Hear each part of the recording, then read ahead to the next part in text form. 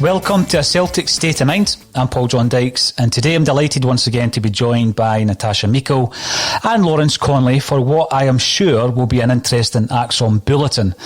We were on yesterday at 12:30, but we're talking about things like, football and that, talking about managers coming in, the Eddie Howe question.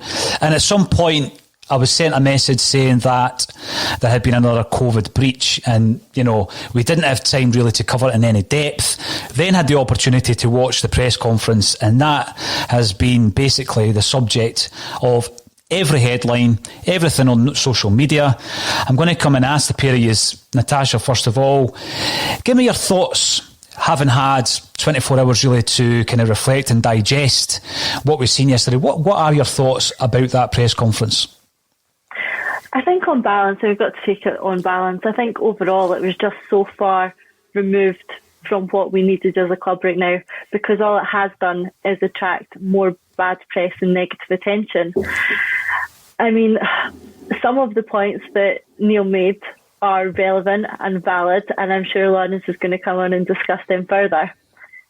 But on the whole, the tone, the content and the delivery just really isn't what we needed. It was unprofessional, only invites more bad press and negativity in the club at a time where that's the last thing we needed. And again, it reverses what we've already had. We had Lawwell coming out last week and saying, we apologise for the Dubai trip. Well, that apology, we've obviously discussed on the show last week, and it was flawed, it was limited, and again, it wasn't quite what we were looking for, but it showed some sort of recognition by the club that they needed to hold their hands up and have a bit of humility and say, sorry, we got this one wrong. That interview yesterday reversed that for me. And the words lack of communication, shambles have been thrown around so many times over the last week or so, but I think they're pretty relevant here again. The big thing for me is I try and picture the entire scene as it is, and it's difficult because obviously of the conditions that these press conferences are set up in. But prior to going into a press conference, tell me if I'm backing up the wrong tree, there will be a brief of sorts. So there's certain messages that have to be consistent throughout the club, I would guess. When I seen yesterday's conference, the first thing that struck me was it was a very difficult watch. It wasn't comfortable viewing. And I make that point from someone who's watched Neil Lennon as both a player and as a manager, and who has tasted the success and enjoyed the success under Neil Lennon, and has supported Neil Lennon, throughout both his tenures as Celtic manager, right up to my own personal tipping point. And I think most people have had one. But I just felt very uncomfortable watching it, because it was almost as if whatever the message was, like you're saying, Natasha, previously from Peter Lawwell, with hindsight, it was the wrong decision to go on that trip. Neil Lennon says something quite the opposite by saying, I regret the fact that we lost a player, but I don't regret going on the trip. I want to apologise to the Celtic fans, but I'm going to ban you guys from speaking to Celtic players because of what Andy Walker said. So the first thing he demanded in the full-length interview was an apology. And I felt that he's had 2 weeks to prepare for this interview. And in those 2 weeks, there will have been, I guess, liaison with the people in the press team at Celtic. There has to be a message, like you say, whereby you're taking this on the chin, but certainly don't throw any more fuel to the fire. But, I'm not going to use some of the words I've seen online, but I just felt the way he approached it was fairly confrontational, because the opening question from, indeed, Charles Patterson at Sky Sports was used, and it was turned round and Neil Lennon demanding an apology. Now, this was a pre-match. This was like a pre-match press conference where you would normally expect some chat about the game, some chat probably about the transfer window, maybe a question about the review, and obviously Dubai's going to come into it because he's not had an opportunity to put his side of the story across. But it just got from bad to worse throughout the 18 or 22 minutes of the interview, to the point where at the very end, the parting gesture was that, Neil Lennon stood up and walked out when people were still asking him questions. Now, I did feel it was confrontational. I felt that it was wrong to get on the back foot straight away. I've said my piece. I'm going to say a wee bit more today. But I also take the point that looking at the content of what he said, there are some concerns that have been raised. Was this the best platform to raise them on? Neil Lennon obviously feels that it was. I would have expected, and I'm going to come to yourself in a second, Lawrence, if there was any concerns that the rules or the goalposts have been moved or changed to punish Celtic by the Scottish Government, which I think he alluded to, correct me if I'm wrong, then that's something the club really should have already started taking them to task on. Lawrence, what's your feeling around the content of that particular part of the interview? I think you're right. It's confrontational, which no one likes. So I think a lot of the message got lost. But it's a really, really serious allegation if the goalposts have been moved. Did they get moved? And when did they get moved? Was it when we handed in the dossier and said, look, we're only losing 3 players? Did they look at that and go, nah, you're not, we're going to change the goalposts now?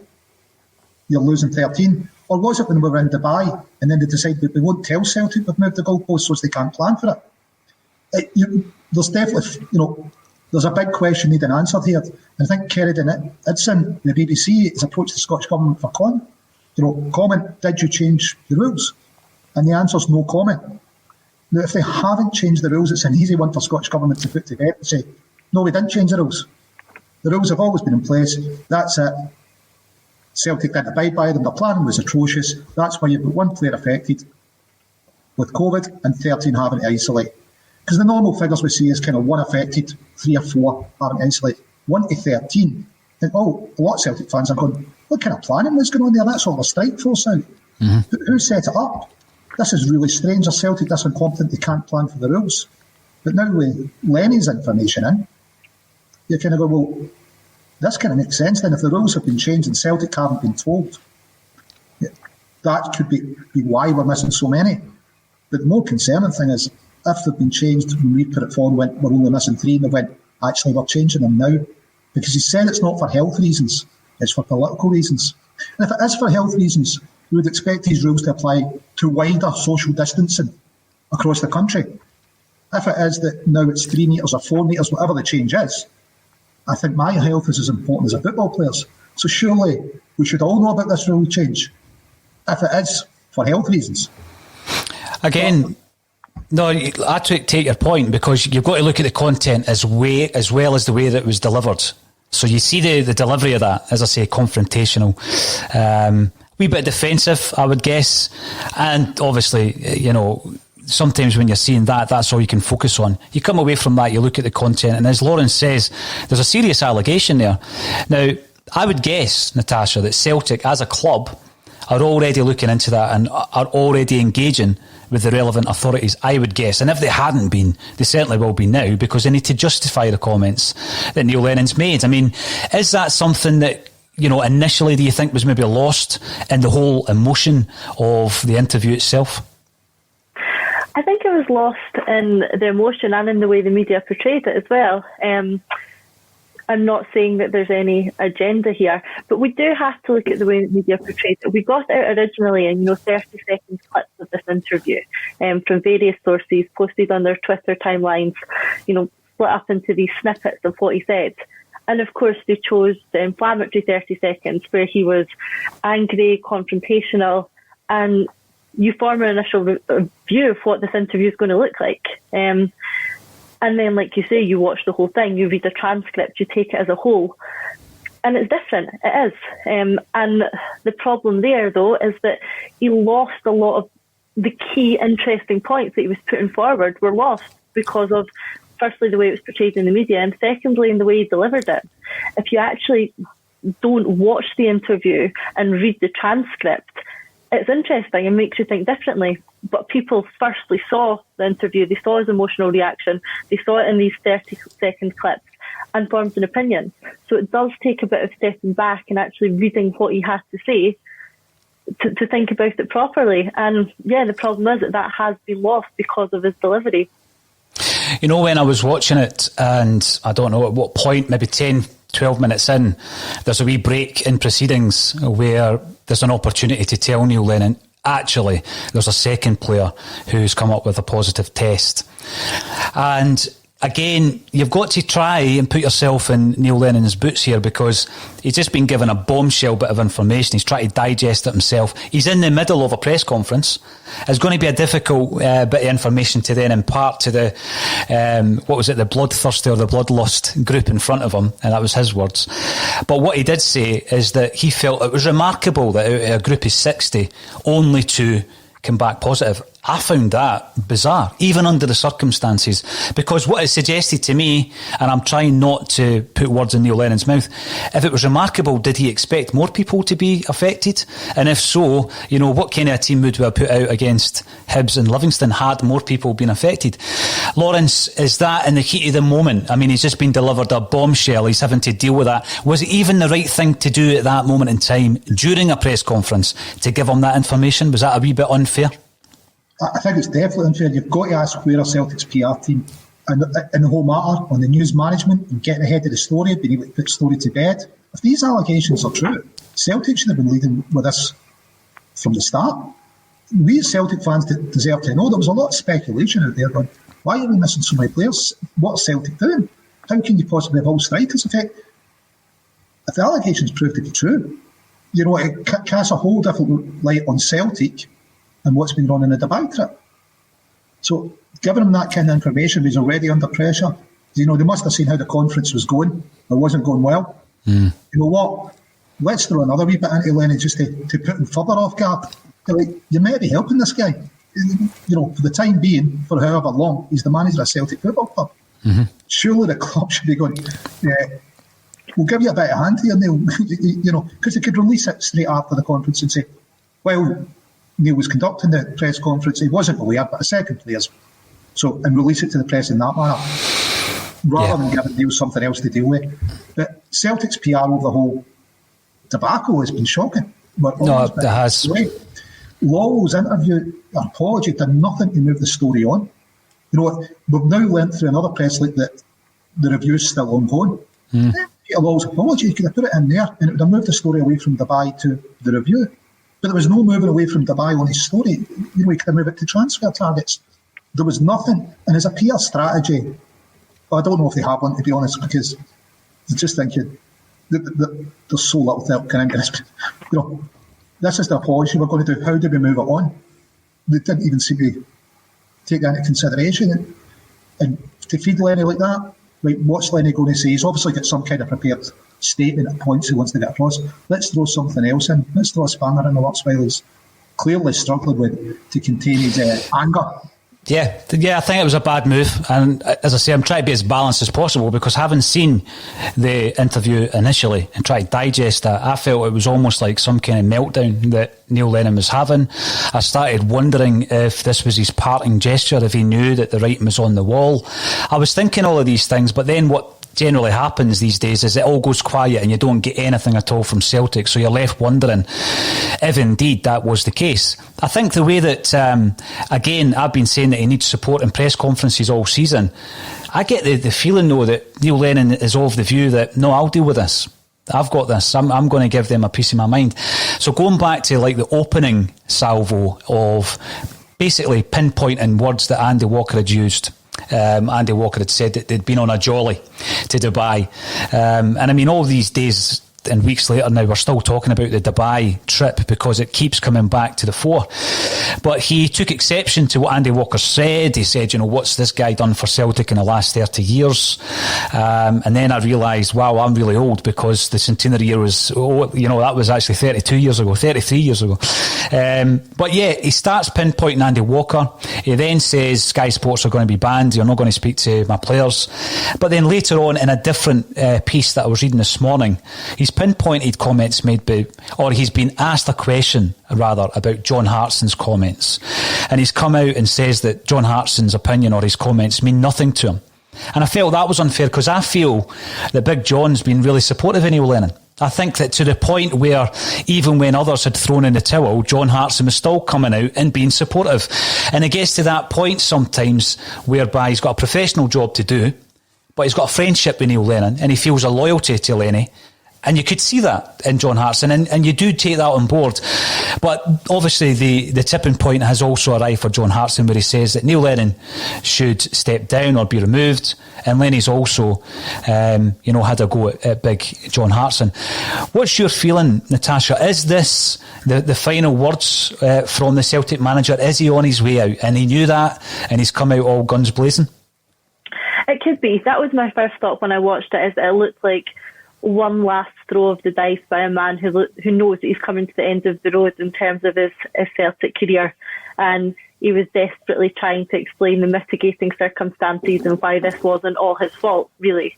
So it could be that, or it could be someone who is coming out fighting for their job. I'm sure we'll find out in due course. But touching on what he said about Andy Walker, I mean, the Celtic fans haven't been shy in commenting that they don't agree with Andy Walker over the last 20 years either. He regularly sticks the boot into the club and the fans regularly criticise him for it.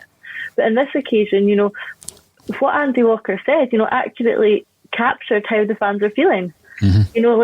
What he said really was that, he can't see his family, he can't see his friends, that, the Celtic players can go and have a drink by the pool in Dubai.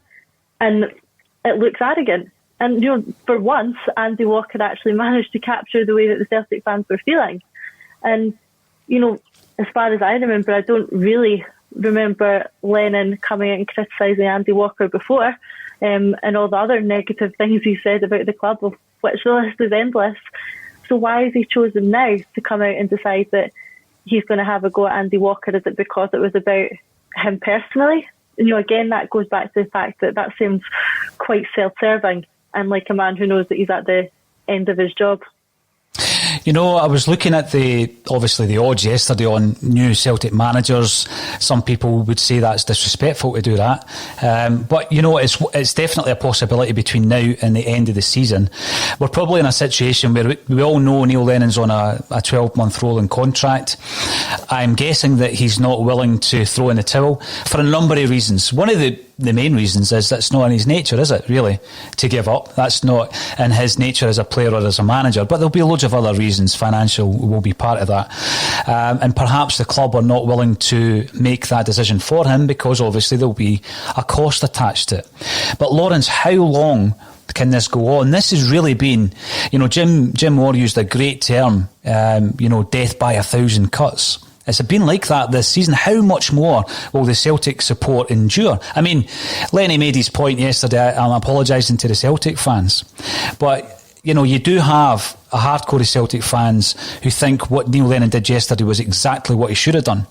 But I see a huge amount, if not the majority, then certainly more than what I've seen supporting Lenny, saying it was the wrong way to go about it. But what's your thoughts? I mean, how long will the Celtic fans endure this? Because it's drama after drama. It's not great for the reputation of the club. It's not great for any incoming manager. Do you think that we need to make a decision for the best of everybody involved? Well, if you look at it, Neil Lennon was isolating for 2 weeks. He wasn't cut off from the world. He released a press statement addressing certain points he wanted to take up. And if that's why Andy Walker, and he thinks he's misportrayed what a joy is and what training camp is, and there's a difference of opinion, he could have done that with press statements. He didn't need to wait 2 weeks to release it. You've got to kind of look at that and go, although you're isolated, you can still contact the press and say, this is, the statement from me. How long will it go on? We're reading in the press that the review had been done in the Sun. Now we're reading in the press that the review is ongoing. But yet again, there's no communication from the club. Other than that, there is a review, or there was a review, or there was going to be a review. Where we are on it, who knows? Are the club going to make a decision? Well, you've seen Rose Desmond get moved into place. Surely that's kind of the start of whatever actions are going to be taken. I think we all agree the structure needs to change. The manager's on his way out. There's no point changing the manager and keeping the same structure.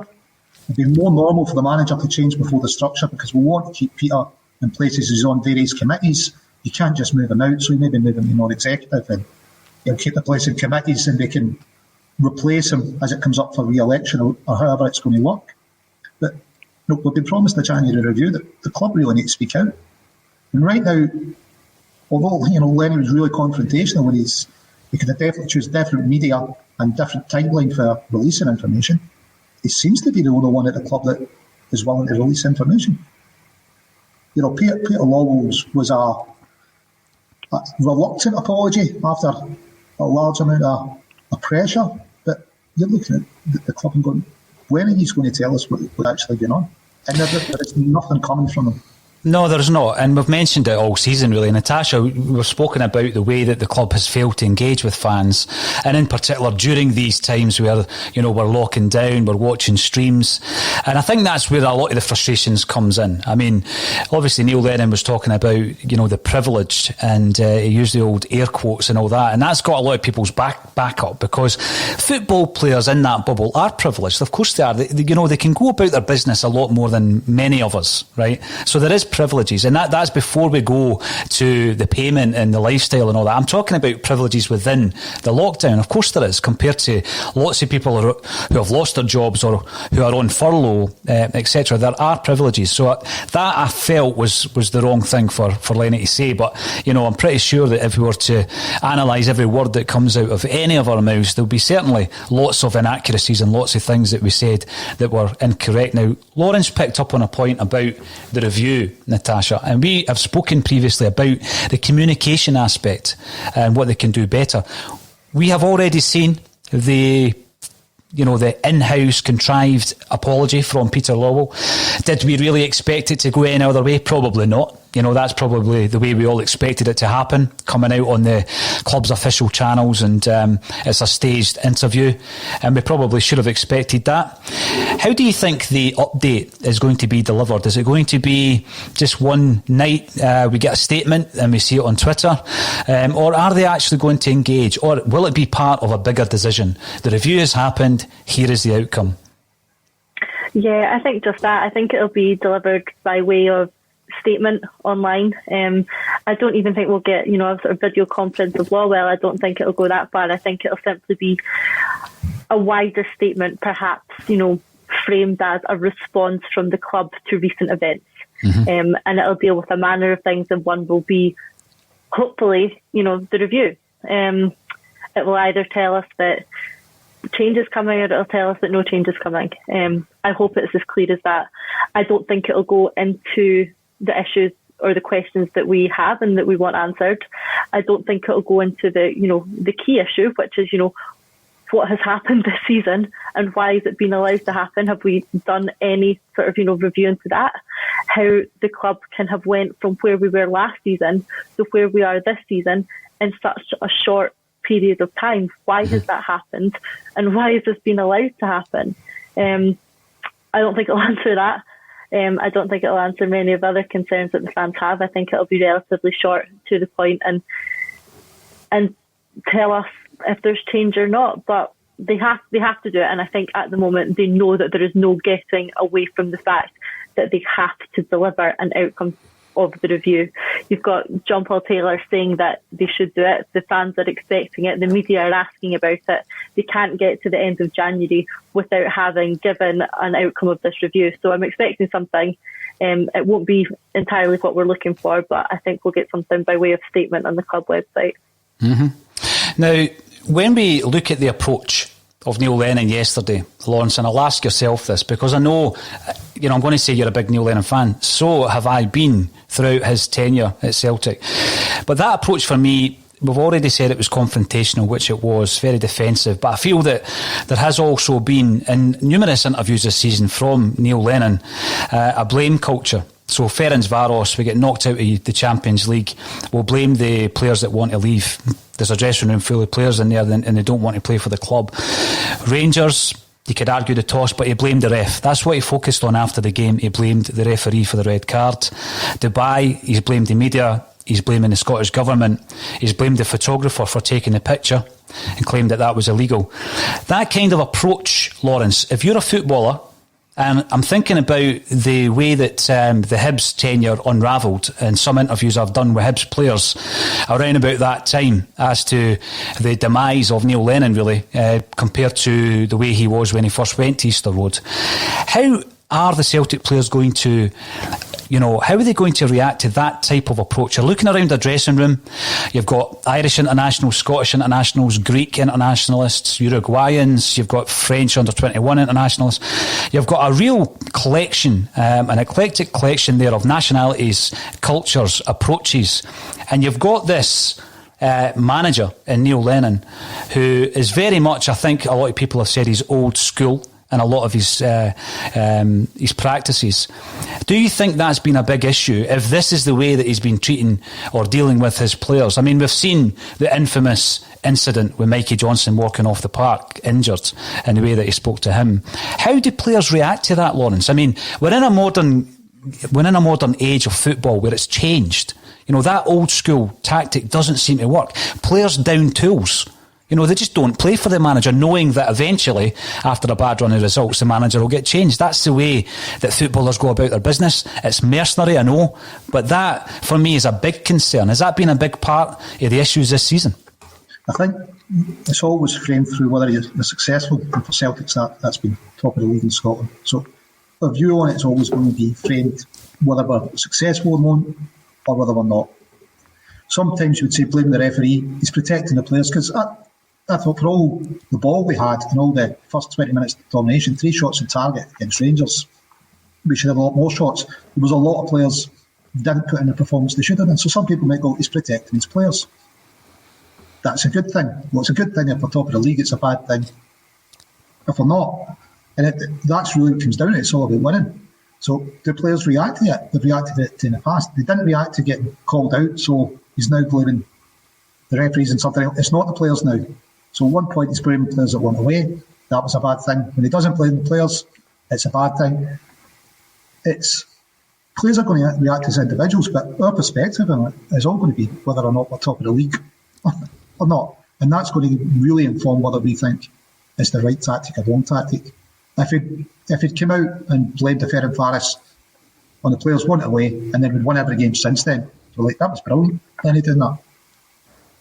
Whether or not that was actual, there's a direct correlation, whether that action has actually resulted in improved performances or not. When that action happened and then after it, this happened, they may be completely independent of what happened. But that's the way we can view it.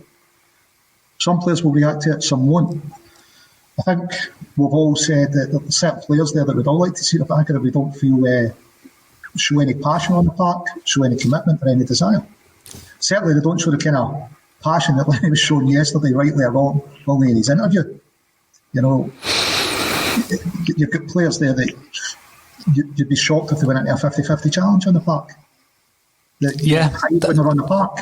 I can think of a few, Lawrence, yes. I can think of a few, but what I would say on that is it's a great point that you've raised, because we were looking for some thunder, Natasha, all season.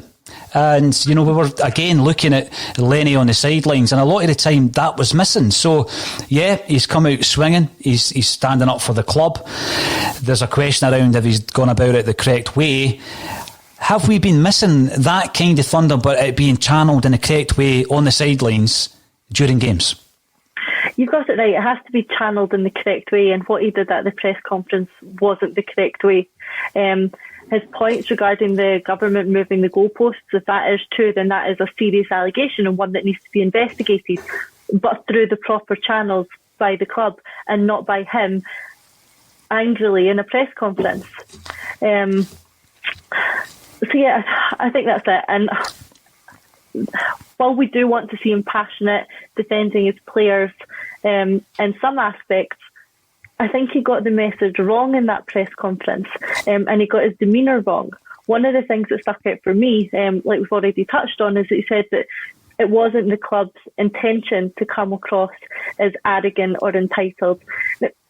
I think he's missing the point there again. It doesn't matter if that was their intention. That was the reaction that it caused. So I'm sure that they went to Dubai with, the best of intentions, with the relevant approvals. But it shows a detachment from the real world by him and the club, and a detachment from the fans, if he really thought, or the club really thought, that that was the right thing to do. So, I've no doubt that they didn't intend to come across arrogant or entitled, but they did. And that's the reaction of the fans. And you can't say that the fans' reaction was wrong because you're not in that position. You are in an entitled footballer, football manager position. Mm-hmm. So while I get to an extent his need to come out and defend the players and the club, I think he got it wrong in the press conference. I think the tone was wrong, the content was wrong, the demeanour was wrong. If he wants to show that passion, that commitment, and that bit of fight, do it on the touchline. Far too often we see him sitting on his chair, looking clueless, looking out of ideas, looking like there's no plan B, and he sits there. And then in a press conference, he's riled up and shouting at reporters. So yeah, I think my message time would be to channel it in the right ways, show us a bit of that in the park, and maybe less of it in the press conferences. Yeah, you remember back to the point where he was in charge at Hibs and he was falling out with guys like Jim Duffy on the sidelines, an opposing manager, and then afterwards talking about, if someone asked me for a square go, I'm not going to back down, and just that real lack of focus, the lack of professionalism that comes from it. We've then been looking at, as I say, at every nuance that's coming out of every player's mouth, and McGregor, after a game where he's obviously unhappy and he's talking about the fact that we didn't know how to manage a game against Livingston at home. That's a huge red flag. That's a huge concern. And I think that, even based on the performances, take Dubai out of it for a moment, take Bolingoli out of it for a second, just based on performances, many fans believe that Neil Lennon shouldn't be at Celtic now anyway. The 2 wins in 12, the capitulation of the season, the fact that we're so far behind Rangers of every tournament that we've been in, and it's failure after failure this season. Lawrence, do you believe that Celtic are bold enough that Wednesday night, tomorrow night, might be Neil Lennon's final game in charge at Celtic? I think there's a good chance, and probably Callum speaking out is probably an indication of it. He's a £20-25 million asset to Celtic Football Club. If there's going to be a major change, as a senior member of the squad, I'm sure his opinion's going to have been sought. Someone, if a review is ongoing, which we believe it is, Neil Lennon believes it is, but he doesn't know kind of where it sits. I think was his answer in the press conference. He was told, the rumours are they're here at the end of the season. He was like, well, it's news to me. So he's not heard the outcome of the review.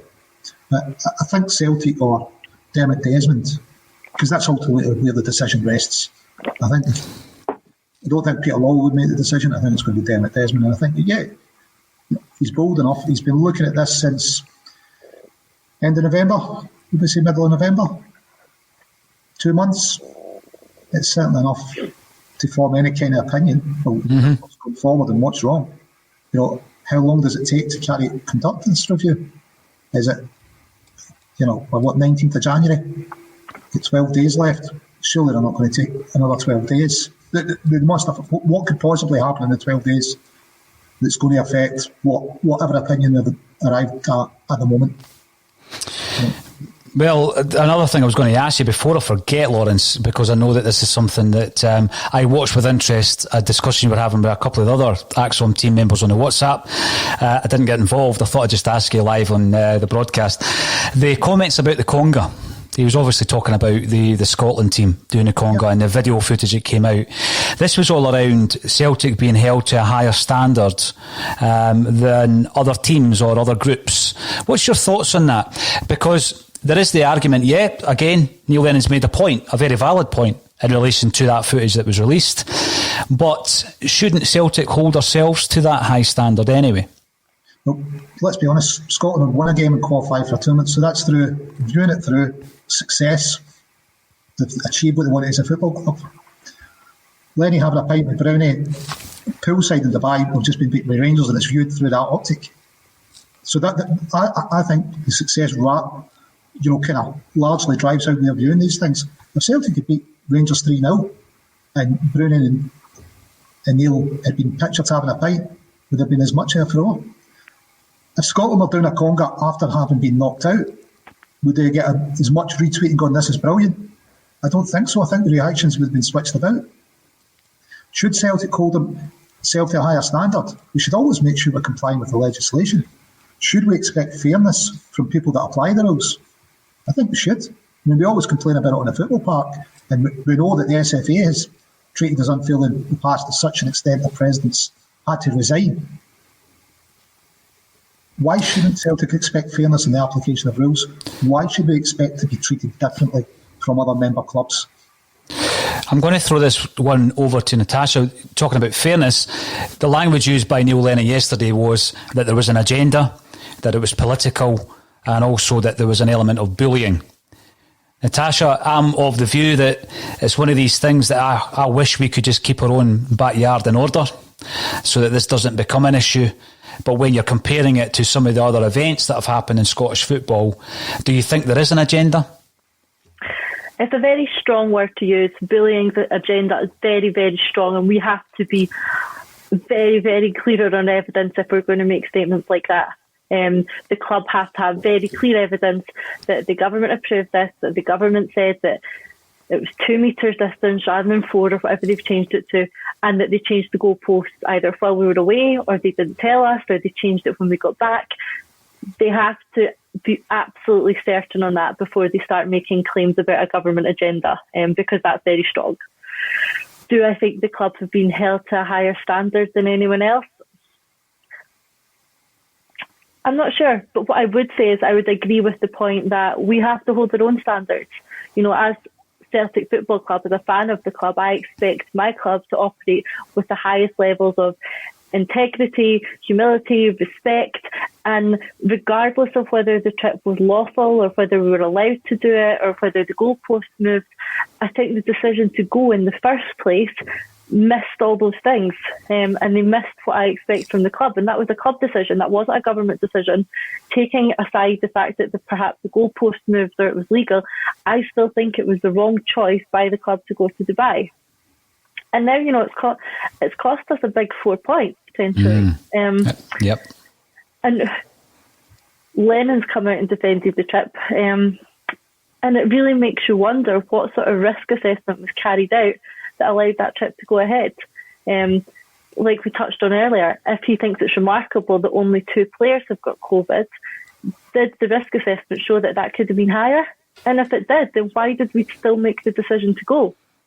And if he thinks 13 players shouldn't be isolating, well, what would have happened if those 13 players hadn't been isolating and the player who now has tested positive hadn't been isolating and was allowed to integrate back in with the team? That could have then caused an even bigger problem.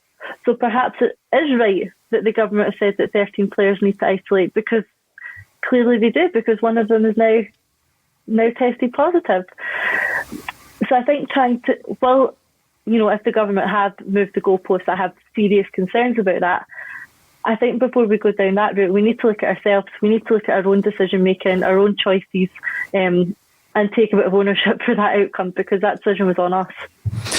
You use the word ownership. I was just going to ask Lawrence, how do Celtic regain ownership of this situation? Is it possible? We're talking about the reputation of the club, because what that then brings into play is, you know, people then dive onto other stories because it's a bad news story about Celtic, and it escalates that. We're looking at sponsorship opportunities. It goes on and on and on, as well as the success of the club being diminished this season. There is the risk of reputational damage. How do Celtic regain ownership? Can they?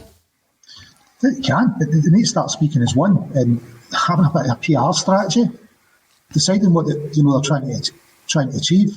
Right now, it would appear that only Neil Lennon's speaking out. The club remain largely silent, rather than a reluctant apology from Peter Lawwell or kind of weak statements issued on the website. It is kind of taking ownership, but it's as a club going, right, this is what's happened. What we're looking to achieve, what communications we're putting out, what will the reaction to the communications be? If we get those reactions, what are we going to say back? It just all seems to be ad hoc at the moment. Absolutely no planning. Lenny's the only guy that's kind of speaking out at all. It just looks fragmented. Yeah, it does look fragmented, a wee bit like our season, a wee bit like some of the support, and even the ex-players, i.e. Neil Lennon, Andy Walker, John Hartson. Everybody seems a bit fragmented at the moment. Natasha, do you see any way that we can get this back on track, that the Celtic support can be unified? Do you see a lot of kind of toxic chat online, on social media? You can hear people having pop shots through the media, i.e. Neil Lennon, Andy Walker, John Hartson. This is Celtic. We're all looking for, I believe, what's right for Celtic. Can we regain that? It has to come from the top, and it would have to see the club from the very top adopt a completely different strategy than they currently are, because they've got to look at it right now and see that whatever they're doing isn't working. That interview by Lawwell didn't work. The fans are angrier than ever on the back of that. That press conference from Lennon didn't work. Again, some fans are angry, some fans support him, but again, it's just caused division. So what they're doing right now doesn't work. So they need a strategy that's going to work. And I think largely the fans are asking for the same thing. They're asking for clarity, they're asking for communication, and they're asking for ownership. So what the club needs to recognise is that, this is what the fans want. Why can't they provide that? Why can't they come out with more than what Lawwell's doing in these sort of one-sided interviews?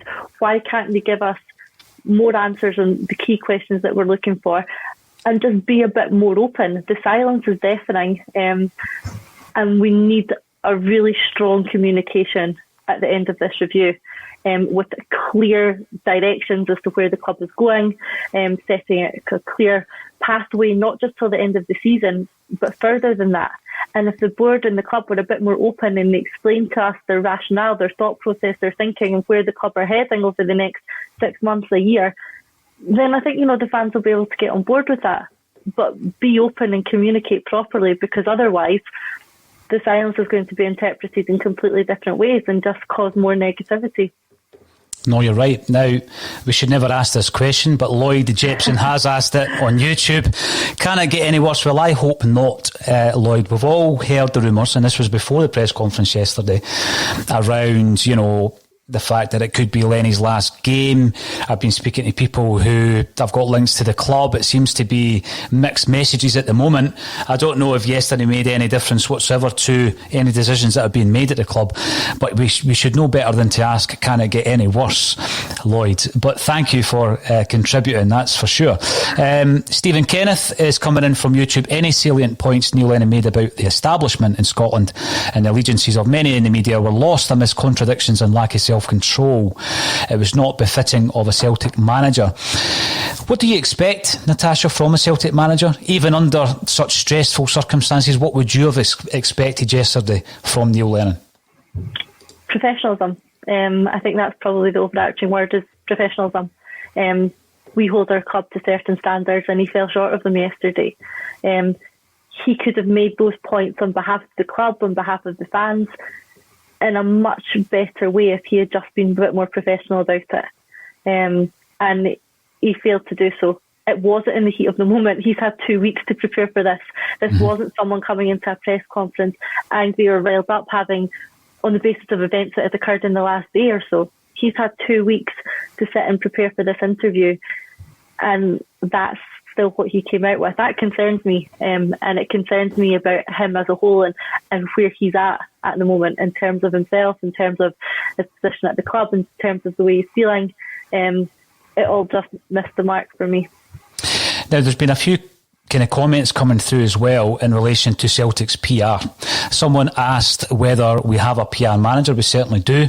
A Celtic State of Mind have been in contact, one-way contact, it's got to be said for the most part, for 3.5 years to try and establish a link with the club whereby we would be, within these press conferences, we would have access. In the press conferences, we have all the means to do that, to film it, to have it part of these bulletins. We've been asking for this for 3.5 years and we've never been given access. I think if we had it, then we could utilise the footage and comment on it, rather than, as Natasha said earlier, choice parts of that footage being drip fed into the social media channels, which kind of like creates a bit of flurry of activity sometimes for the wrong reasons. But unfortunately, the PR manager has refused to allow us access. We are trying to do that, and we will continue to do that as well. Now, Zinko Vix, who comments quite a bit via YouTube, this is just the icing on the rotten cake for this season. A mess. Laughing stock. These words aren't nice for Celtic fans to hear, but it is getting to that point, or it's beyond that point even. Monty believes that a well done is necessary to Neil Lennon. He was right to let rip. Somebody at Celtic needs to do that more often. Well done, Lenny.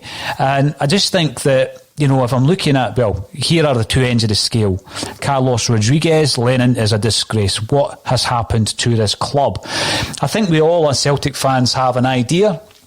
We could go on the website any day of the week and check what the values are as, you know, kind of listed in their mission statements, etc. However, we all have an idea of what we expect from the club under circumstances, and I think professionalism would be something that everybody would expect. And yesterday wasn't professional. It seemed very personal. Now, we've got two ends of the scale in terms of how Neil Lennon dealt with that, Lawrence. You've been a massive fan of Neil Lennon throughout this season, to the point where you and I have had some very interesting debates on this broadcast in relation to whether or not Neil Lennon should still be in charge. Are you finally at your tipping point? Has that happened over the last 14 days or so? He definitely shouldn't have dealt with his press conference like that yesterday. There's no doubt in that. It's confrontational from the off. I don't know what he's going to achieve with confrontation. He's raised some points that are true, need to be addressed, but for some almost 12 hours after it, with Celtic's PR machine, Neil Lennon, the Celtic manager, has raised some serious allegations about the Scottish Government and how Celtic are treated. And I don't hear anything from Celtic about whether it's true, it's not true, they're back in Lenny, they're not back in Lenny. It's just left out hanging there. The Scottish Government's not going to comment on it. How bad can the Celtic PR machine be? So if Lenny's went rogue with these statements, which I'm going to assume that the PR team didn't want him to appear like that. You know, that's a given. We didn't want that kind of attitude from the Celtic manager or demeanour. What have they done to control it now? We're nearly 24 hours after it. What have they done? Nothing. Would you describe him, Lawrence, yesterday as a bit of a loose cannon? I think he's got to have been. There's no way that Celtic have backed that, is there? No, I wouldn't have thought so. So if they're not bad, it's definitely been a loose cannon. You know, whether or not he's raised, I mean, I think there's definitely big points there, and one really serious allegation about goalposts being changed. You know, that's about as serious as it gets. You know, but the manner he's delivered it in, a lot of it's been lost in the noise. As Natasha touched on earlier, if you read the transcript, you can know there's some really good points here. But the noise of it and the delivery's wrong. The way he started off, he was in isolation. He's still got access to the media. He's still got access to his agent. If he really had such umbrage with Andy Walker, or wanted to put his across and say, look, it wasn't a jolly. Here's the itinerary of what we've done. 80% of my players are teetotal. They weren't drinking at all. In what way is this a jolly? He could have released that through the press. Or Lawrence, sorry to interrupt a wee bit there, pal, or what he could have done is, if you look at the comments he made around John Hartson, where he says John Hartson could have phoned me, could Neil Lennon not have phoned Andy Walker?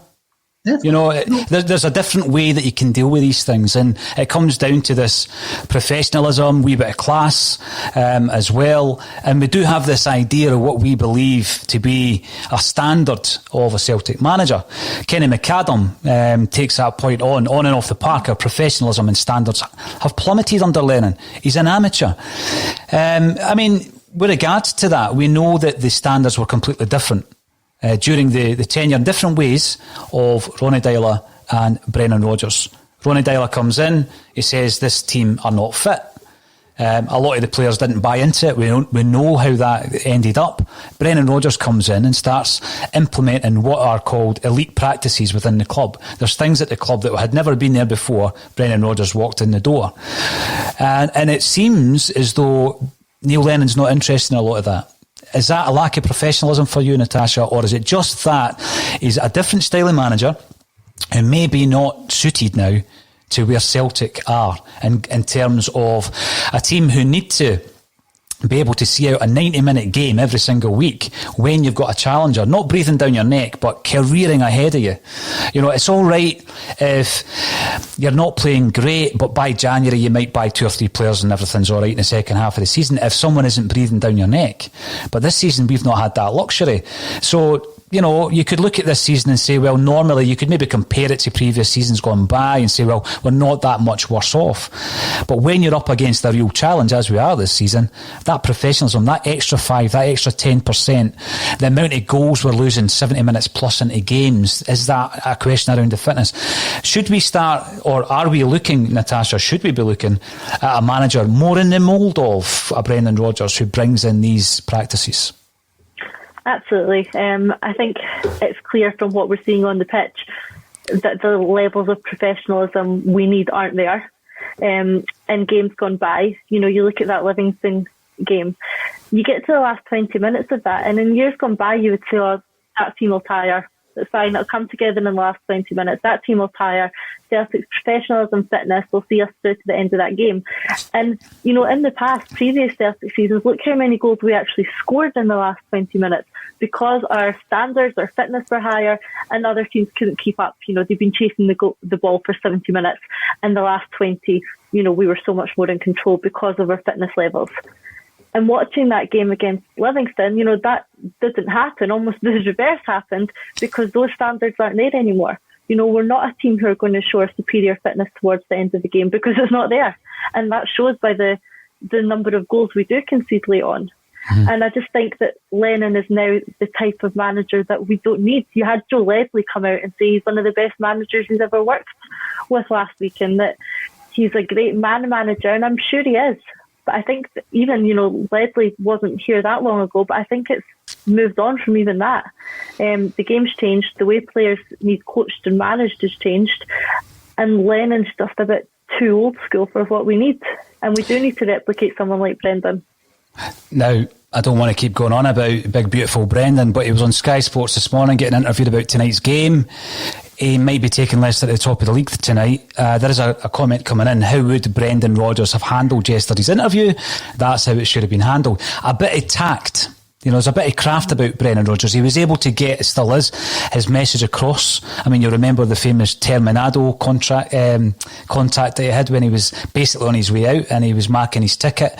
He was questioning the club about ambition, but he'd done it in such a way that it wasn't a rant, but he was able to get the point across. Now, I don't want a clone. Neil Lennon's Neil Lennon, and that's why we fell in love with him as a player and as a manager, and he needs that fire in his belly, but it needs channeled, like we've kind of said. You can't do that in an interview. I mean, that has made headline news all over football. Now, we shouldn't really call Celtic a laughingstock of European football, but when Spartak Moscow are laughing at us on their way to Dubai, it kind of brings it home. We need to really maintain the standards that we set and hopefully get back to them.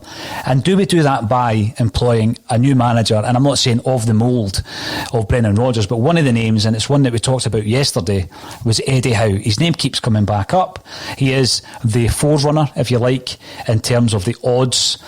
A lot of people are backing him. I think a lot of people say yes or no without knowing much about him. I'm not saying that's the case with Lisbon 67 because there's so much perception around the manager, isn't there? Lawrence Connolly, if indeed Livingston on Wednesday or a game in the not too distant future is Neil Lennon's last game in charge, is he removed from position?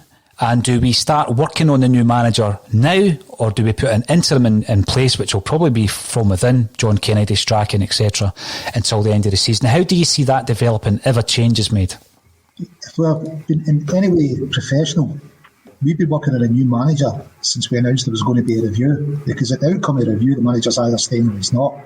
And if your planning is, all right, the manager's going, let's start afresh looking for a new manager, that's a crazy way to plan. So if Celtic as a football club haven't been planning for one of the two outcomes of this supposed review, it's crazy. So we should be some way down the way of assessing managerial candidates at the moment. You would think so. Yeah, you would think so.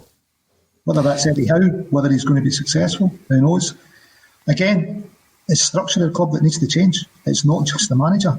What's the point of changing the manager? What if we got another Brendan and he get annoyed after the first season? Peter Law was still here and starts messing up transfers or signing players he's not aware of, and we lose that manager again. We really need to change the structure, and you can keep changing. We can't just go through a cycle of changing managers and then going, right, actually the manager I have doesn't work, or he doesn't work with Peter. Let's change it again. Let's change it again. Let's change it again. We need, and hopefully Dermot's been reviewing the structure and exactly getting to the root of why we've got the symptom of not performing well. What is it that's causing the football club to be so dysfunctional? And it's not just on the park. Look at the PR department; it's virtually non-existent. I know there's a guy employed there. That press conference is 24 hours ago. Mm-hmm. They've done nothing to manage it. It's just a crazy situation that they've done nothing to manage it.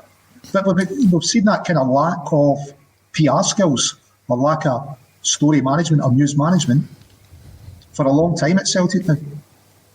And at some point somebody's got to go, this isn't good enough for an organisation the size of Celtic to let stories happen and not manage them. You know, Lauren said something earlier, Natasha, in relation to the success aspect and how it's looked through a different prism, if you like, you know, a different optic regarding success against failure. And I do understand that. And I think some of the points you're making, Lawrence, a lot of these things aren't questioned a lot if you're continually winning. And I've said before, success masks a lot of the deficiencies.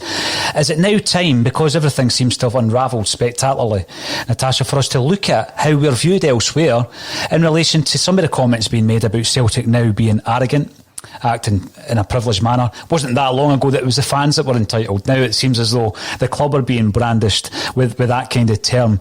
Are we able to turn that around? I still look at that squad. I think that any manager looking at the squad thinks, right, I can still get a tune out of that, maybe supplementing it with a few of my own signings, but I can still get a tune out of that squad. Is it still an appealing job at this moment in time, or with every passing day and every new drama, are we going to put anybody off coming in to Celtic? We need to be careful. Like you say, that squad is a relatively good squad, and on paper, it's my view that squad should be winning the league. Why it isn't is a massive question for the management and the coaching team and the fitness department. But, you know, putting that to one side, are we scaring anyone away from the job by, you know, the recent negative press attention? And that's definitely something we need to be careful of, and something I'm sure the board or even the owners are concerned about. You know, we're now a club who are fighting with its own fans, you know, fighting with the press, fighting with the Scottish government. That's not an attractive opportunity for a manager to come into. So we do need to be a bit careful there about the reputation that the club has, not only, you know, within our own country, but further afield as well. You know, you touched on the Spartak Moscow thing. At what point do the owners need to see this as a serious business concern in terms of reputation, in terms of sponsorship? We need to do a bit of business management here, a bit of reputation management, and get this all in hand very, very quickly. And that needs to happen now. Well, the big thing, a part of that would be, again, Natasha, this massive push for season ticket renewals that's just round the corner. And in the past, we've seen the charm offensive. We've seen Peter Lawwell and Neil Lennon going on a kind of like whistle-stop tour of the Celtic supporters clubs, some of whom hadn't seen Celtic representation in some time, whereby they were trying to get the buy-in and actually explain, this is your strategy, this is how we see this going, because the uptake on season tickets wasn't great around about the time of Lennon's first appointment back in 2010. They're not going to be able to do that, Lawrence. It's going to be very, very difficult to have a level of engagement to that degree because of the obvious. How are they going to tackle this between now, season ticket renewal date? How are they going to tackle it? How are they going to turn this round, this PR? You know, it's been a bit of a shocker in terms of the PR department. The shambolic PR system that Celtic have been running, how do they change it? Because they need to change it now when you consider that I think it was March last year that the renewals came out. I'm going to disagree with you and say it should actually be easier for them. I remember I had to fly down to London or go to Manchester for meetings, etc. It was a load of logistics to get places. Now people need to do business with. It's video meetings, it's Zoom meetings. Celtic have a list of season ticket holders. They've got a list of email address. this is really easy for them to engage with people if they want to. The big question is, what level of engagement do they want? Yeah, do they just want the money? Or do they want any true engagement here? Because I think it's much easier. People, country over, are used to doing video meetings, Skype calls to relatives, or whether it's on work, or Teams, or Zoom, or whatever. It's easy for Celtic to have the channels to speak to people. But what strategy have they got? What engagement do they want? Is it just gives you a season ticket money and we'll see you next year for more season ticket money? Yeah. Do they really want anything to change? Will people believe things have changed if Peter Law was still there? I certainly wouldn't. Natasha, I've got one final question for you today. And it goes back, I think, to the very first question. What else could go wrong? Do you feel that we've had everything we're going to get from the Dubai fiasco? Do you think this is going to rumble on? Is there going to be wide-reaching consequences to some of the things that Neil Lennon said yesterday? Or do you think it's time, are we going to be able to draw a line under this and try and move on from it? The only way of drawing a line under this and moving on from it is a clear communication that puts it all to bed, that leaves no more room for more questions, more fallout, more negative press. We need something clear, something strong, something from the club that just pulls us all together and finishes it. And what form that takes is for the club to decide. I think it's needed sooner rather than later to put all this to bed. But I don't think we're going to be immune from criticism for the rest of the season. I think it is going to keep coming back up. Just wait for the next COVID breach from another club, and it'll be immediately compared to what happened with Celtic in Dubai. So I don't think we're going to be rid of it entirely. I think it's going to keep coming up. And in terms of Lennon's comments about the government and the moving goalposts, that can't be put to bed that quickly. That's a serious allegation that needs investigated, or a statement from the club needs to come out and sort of clarify it and deal with that. But I think there's going to be some ongoing implications from that. And I don't think we've seen the end of this one, unfortunately. Well, the end of season DVD is going to be an interesting one, that's for sure. Lawrence Connolly, it's always a pleasure talking to you, and it's interesting that over the piece we were able to discuss that without falling out again, which is brilliant. Natasha, Meikle, thank you again for joining me on A Celtic State of Mind. We'll be back tomorrow at 12:30 unless something else happens in the world of Celtic. Thanks everybody for getting involved on Facebook, Twitter and on YouTube. If you've been watching on YouTube and you haven't already done so, please subscribe to the channel, and we'll see you again at 12:30 tomorrow.